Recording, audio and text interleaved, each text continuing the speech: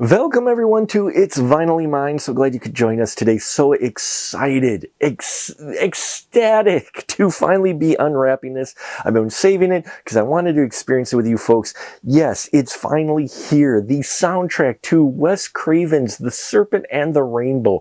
I love this horror film. I watch it at least once every couple of years. It's so good for me. It's one of my favorite Wes Craven films, and to finally have the music from this film, well, that's just awesome that they did this. This is the release that they did on Serpent VSD 00816 is the catalog number. Brad Fiedel's Wes Craven's The Serpent and the Rainbow original motion picture soundtrack. This was released on April 12th of 2025. So just this past year, a number of months ago. And yeah, I was looking forward to this. When I heard this was going to drop on Record Store Day, I knew I had to get it. Waited so long. The movie itself is a wonderful horror film if you haven't seen it. I think it's underappreciated in a lot of circles. There's a lot of really cool, creepy stuff that goes on in there. And Bill Pullman puts in one of his best performances, I think, in the movie. But what about this release? Does it live up to my expectations? Or will I be disappointed? Well, let's drop the needle and find out, shall we?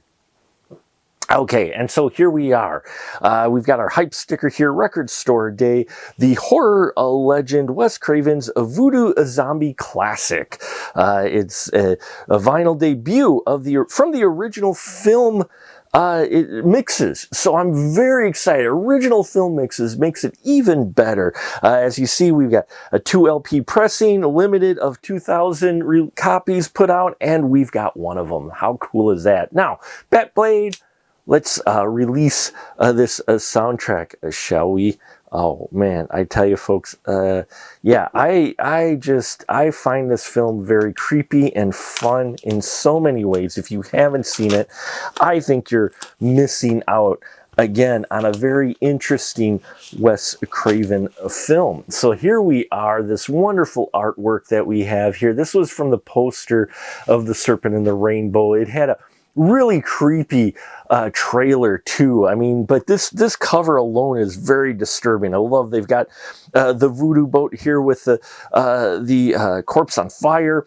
We've got that wonderful text here of The Serpent and the Rainbow and Bill Pullman looking extraordinarily scared and scary at the same time. So yeah, I love that they picked this cover, a nice matte finish here. And then on the spine, hey, look at that, stands out. I love it. That kind of orange beige text on the spine sticking out for you, and then on the back, oh yeah, very dark, creepy back artwork as well. Here it is, the pressing. This is number 1082. So we got nearly right in the middle. The middle pressing of this release. It's so exciting. And then here we are, the side A and B and C and D. They're labeled in sequential order. So yeah, I just end credits theme for the motion picture. Yeah, so this has got so much music on here that's just amazing. And the artwork and credits down here as well for this. But yeah, very awesome. And then inside, oh, check it out. Look at all the liner notes and production stills we have in here for this. I can't wait to read this while listening to this soundtrack and getting them notes and those wonderful little info tidbits and such. I always love the liner notes type things because they usually are very interesting and just add to the listening experience. And then the vinyl, let's see what this vinyl looks like. They said it was a voodoo blue, so let's check out this blue. This is here, A and B, right? Oh, check that out. Oh, look at that. That's wonderful with the Serpent label in the middle there, giving us the track listings for side A and B. I love that pattern. I love when they do the mixture pattern like that because it makes it so unique, because it makes each one just a little bit different of the pressings, you know, that they do. So it's very cool that they do that. And now we will look at the other vinyl. It should be the same color, but still, let's take a look at that one and that pattern. And so that's what I always like with these colored pressings like this, is because the pattern is usually very unique for each release. So that is cool. And there's 3 and 4. So a lot of music to listen to here, a lot of liner notes to read. So as always, folks, we are going to take a short break. And when we come back, we will let you know what the quality of this pressing is, plus a little bit of an interesting history with this score. So stay tuned. Hey everyone, looking for even more content? Then why not head on over to our Patreon page, patreon.com/specialmarkproductions, where we have 3 affordable tiers that will get you access to the conversation before the conversation of the spoiler room, get an exclusive VIP episode each month that you vote for the spoiler room, and you can also get early access to our videos and so much more. So head on over there, because the more we can do there, the more we can do here.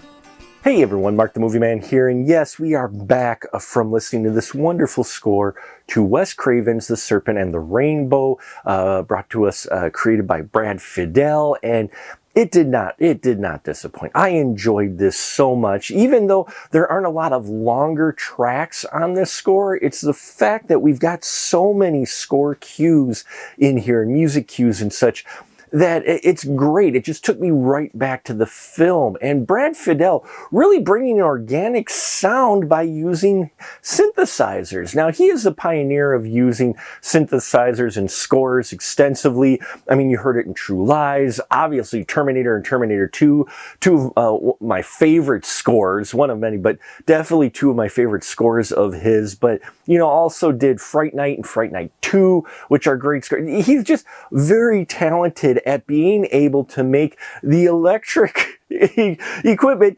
sound organic, sound like they're real instruments, and that's what you get in here quite a bit.